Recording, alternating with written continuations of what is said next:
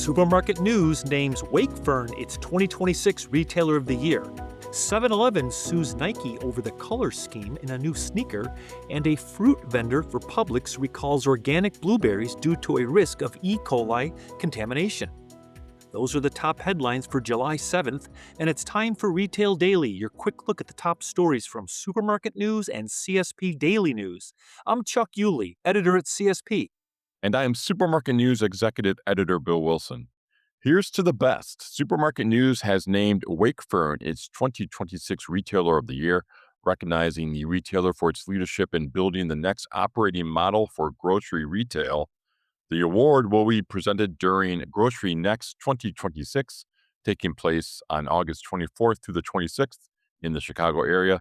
The annual Retailer of the Year award recognizes a grocery retailer demonstrating excellence in omni-channel capabilities, loyalty and personalization, the physical customer experience, and community involvement.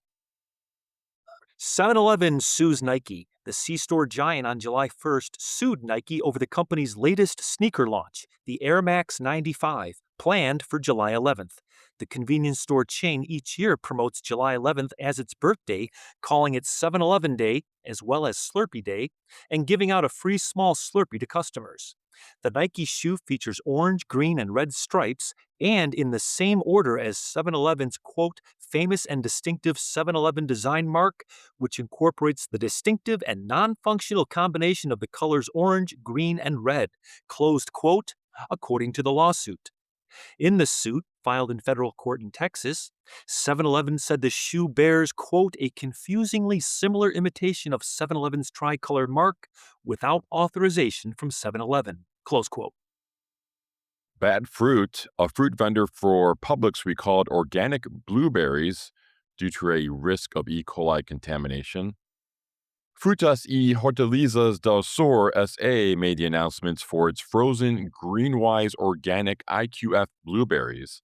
The product's lot code is 60401, and the best buy date is February 9th, 2028. So far, 12 people have reported stomach illnesses between May 11th and June 5th, and cases have been reported across 8 states: Alabama, Florida, Georgia, Kentucky, North Carolina, South Carolina, Tennessee, and Virginia.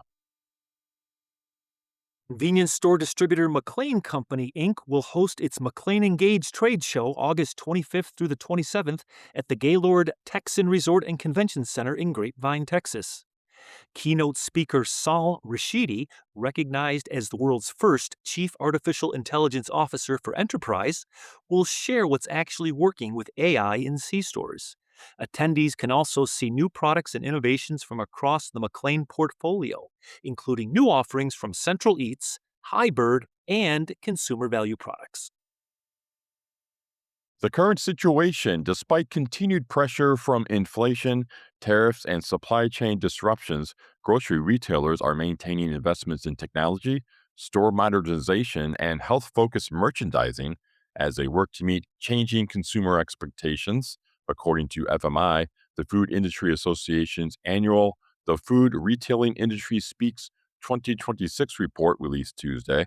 The report paints a picture of an industry balancing razor-thin margins with long-term investments designed to improve operational efficiency and strengthen customer loyalty. Power of working with a local vendor. At Southwest Georgia Oil Company, which owns 82 Sunstop convenience stores, Curtis Robinson, brand manager of food and beverage, said his company found a fresh-cut fruit vendor in Tallahassee, Florida. The vendor brings packaged fruit to the company's convenience stores, and from there they add Sunstop branded labels, Robinson said June 12th at CSP's Food Service Forum. Sunstop features the fruit right at the C-store's front doors in an open case. They started with 9 locations in Tallahassee and have since expanded to 30 locations in the Lake City, Florida market. A big loss. An iconic downtown Cleveland supermarket lost millions of dollars, which is the main reason it will close July 31st. Heinen's took over the Cleveland Trust Rotunda in 2015 to serve workers and a growing downtown population. Co-president Jeff Heinen said the move was risky and did not promise much profit. He told Signal Cleveland the grocer lost more than $18 million at the Cleveland location. That's all for Retail Daily. Subscribe on Apple Podcasts, Spotify, and more to hear the latest retail news. I'm Bill Wilson. And I'm Chuck Yulee. For more on these stories, visit CSP Daily News and Supermarket News.